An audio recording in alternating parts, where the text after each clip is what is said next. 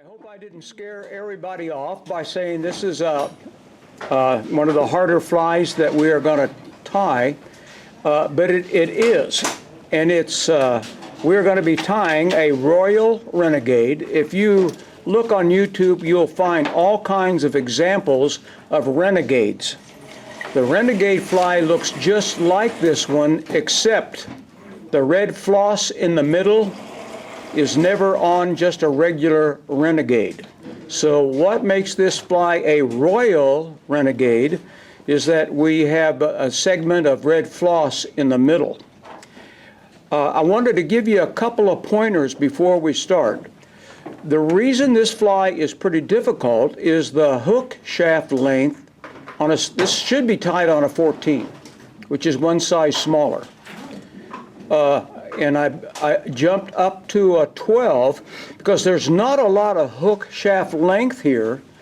And if you count, we've got to have this gold tinsel on. You can't hardly see that, but that gold tinsel is one material. Then at the rear, you've got the brown hackle, and then you've got a band of Peacock Curl separated by the red floss, another band of Peacock Curl, and then you top it off with a white hackle up front. And that is really 1, 2, 3, 4, 5 materials you've got to squeeze into from the bend up to the eye of the hook and still leave a little bit of room for an eye.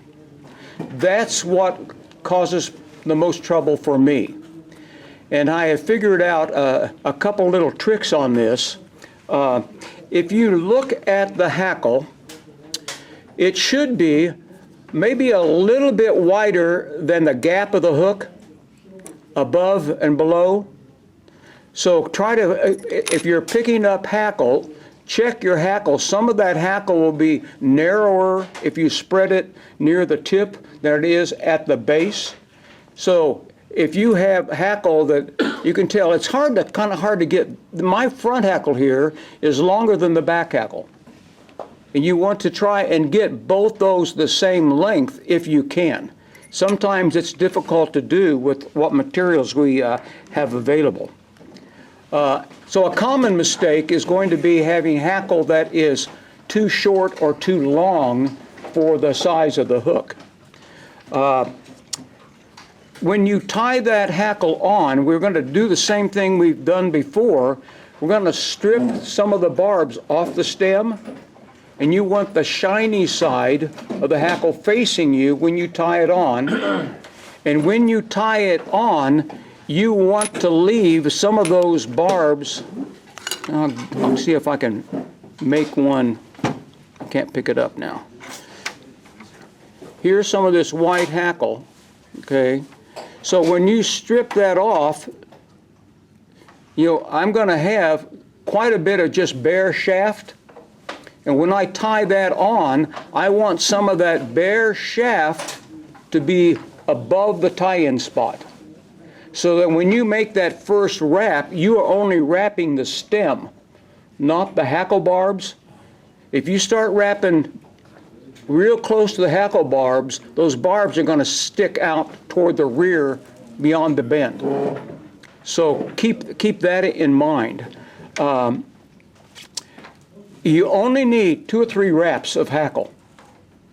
If you get more than that, you're going to be out of space for all those other materials. Okay. On the Peacock Curl, take 1 Peacock Curl, but try to find one that is pretty fuzzy. It has little long barbs on it, and just use one, and it doesn't take all that many wraps. You can kind of wrap over a wrap if you have to get the extra bulk, but you'll only need 1 of those for each Peacock Curl application. You should have some red floss. Normally floss comes in 4 strands. I have cut 4-strand floss and pulled it all apart. You only need 1 strand. If you try to get 4 strand in there, by the time you got it's the same width, height as the Peacock Curl. And one strand, you want that red floss to be lower in profile than the Peacock Curl. Okay? Here is one important thing that I would recommend that you do. Every time you have one of these materials tied on, half hitch it. If not, you're going to be like me and you think you're ready to start and the hackle has come undone, or the Peacock Curl has come undone, or the floss didn't get trapped.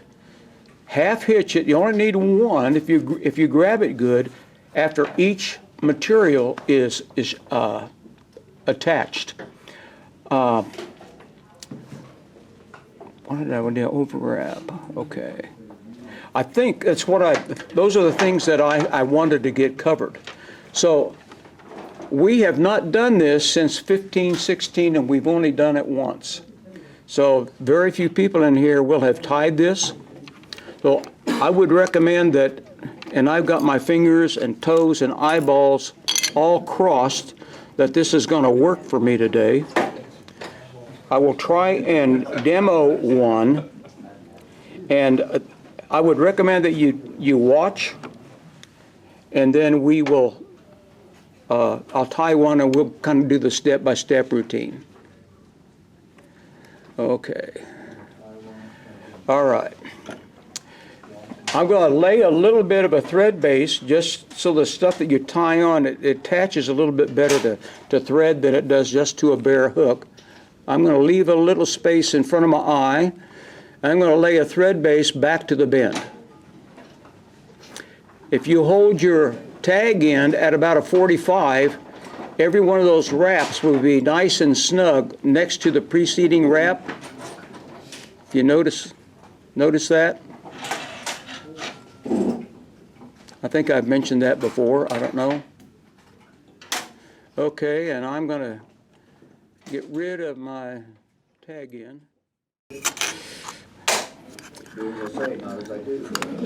I have found that when you tie the tinsel on, it comes in small, medium, large. The small seems to wrap better on a small hook like this. So I put the gold side toward me, and I kind of lean it against the side of the hook, make some careful wraps. I know it's attached on the side of my hook, and I'm going to try and leave all the stuff I put on the hook, try and keep that nice and level. And I am going to half hitch that. And this part is, you've got to make sure that first wrap is the gold side up. And what I do, I kind of just press that end. When I'm wrapping, I want the silver side facing me. If the silver side is facing me, you've got the gold side that you're wrapping. And I just wrap that down the bend, about halfway. And then I start right back up, trying to keep those wraps pretty close together on top of each other. And then when I get back up toward the top of the bend, I'm going to kind of over and drop it.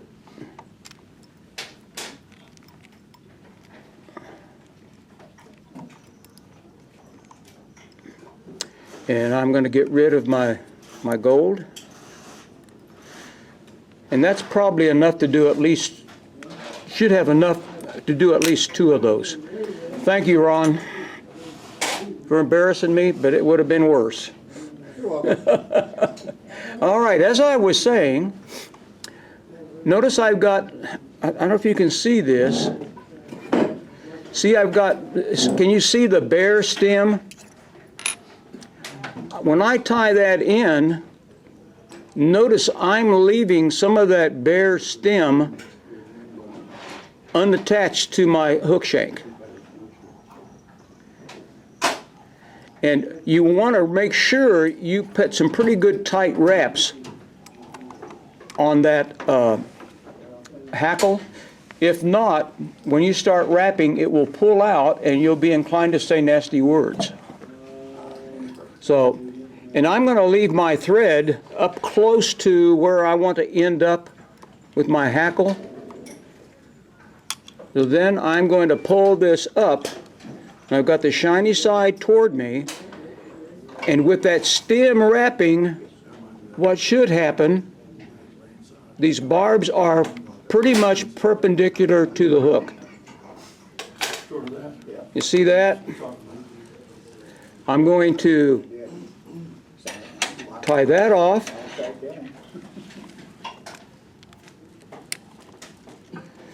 I'm going to trim my hackle.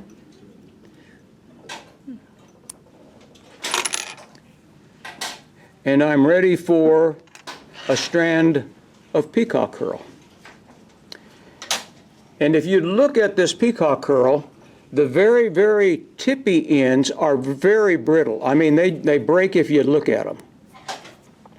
So what I do, I take about 1 inch or 2 of that off, and then I'm going to tie that tip on.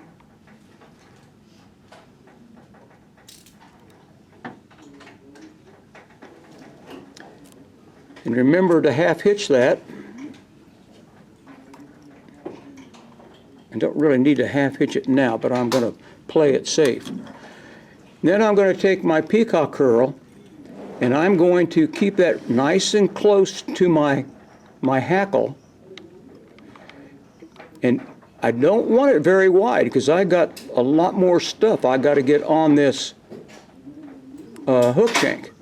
But I'm building that up so that I have a higher peacock curl bundle than I will with my red floss. And I've got a pretty good bundle going. So I'm get to start all over because my peacock curl fell apart. This stuff is, I think everything we have is probably pretty old and pretty brittle. Yeah, like me. Okay. I'm going to try that one more time.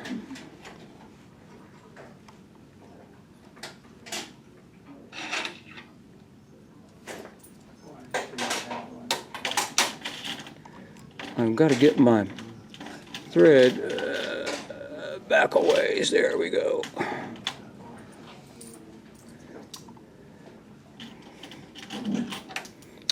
Because the better end was so brittle, I'm going to try and do the thicker end and see if I can get the wraps I need without it breaking. And we'll see. You notice I'm not moving very far in toward the center of my hook. Okay, I've got maybe this will work this time. I've got a pretty good bump started there. Okay, and I'm going to, instead of breaking it, I'm going to cut it because I don't want to take any chances. Okay, and I'm going to half hitch that in between steps, and I'm going to get a piece of my red floss. What I do, because you can tell it wants to fray on you, I just wet it, and it'll stay together much better. And I'm going to lay my floss on.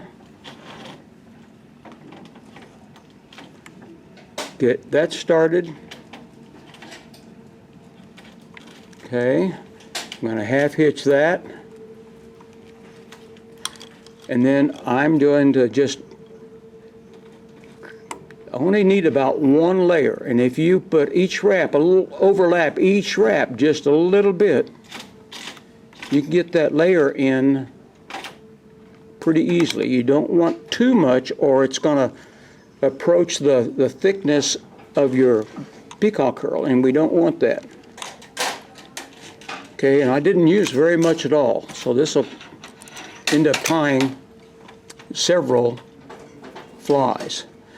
So now I've got to try this peacock herl trick again. Let's see if we can get that to work. I'm going to tie my peacock curl in. I don't want to get into my red. I'm going to half hitch that off. And I'm going to try and build that little hump here. If you try to use more than one peacock curl, it's very difficult to keep it from separating as you try to wrap it on, and once it starts separating, you're in trouble. Okay. Now the next last step is we're going to take our white hackle. This white hackle is really nice because it shows up pretty well on the water, and it gives you some visibility of your fly as it's on the top. And again, you can see the white stem a lot better than you can the other. I'm going to leave some of that white stem. Notice how my thread is kind of messing with me. If you just spin your bobbin counterclockwise, it'll tighten it up. So again, I want to make sure I've got that attached on there good. Then I'm going to half hitch that, and hopefully my hackle will cooperate. I've got that stem, and notice it's coming out right at about a 90 degree. It's the way it's supposed to. You'll probably end up having to trim a little bit of this hackle that goes forward, but I'm ready to try and get rid of that now.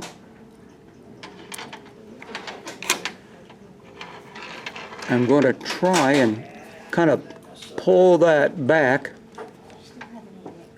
and when I form my head, some of those strands that want to sneak forward, not that much.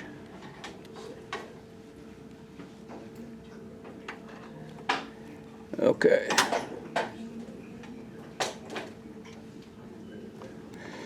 And I'm going to try and whip finish this off.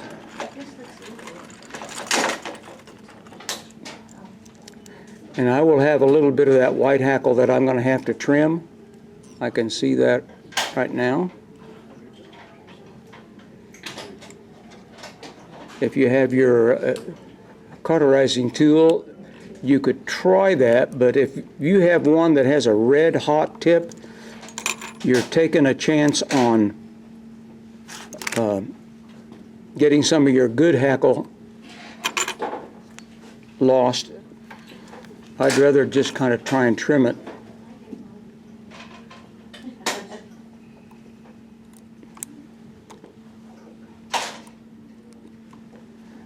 That's not the best one I've ever tied.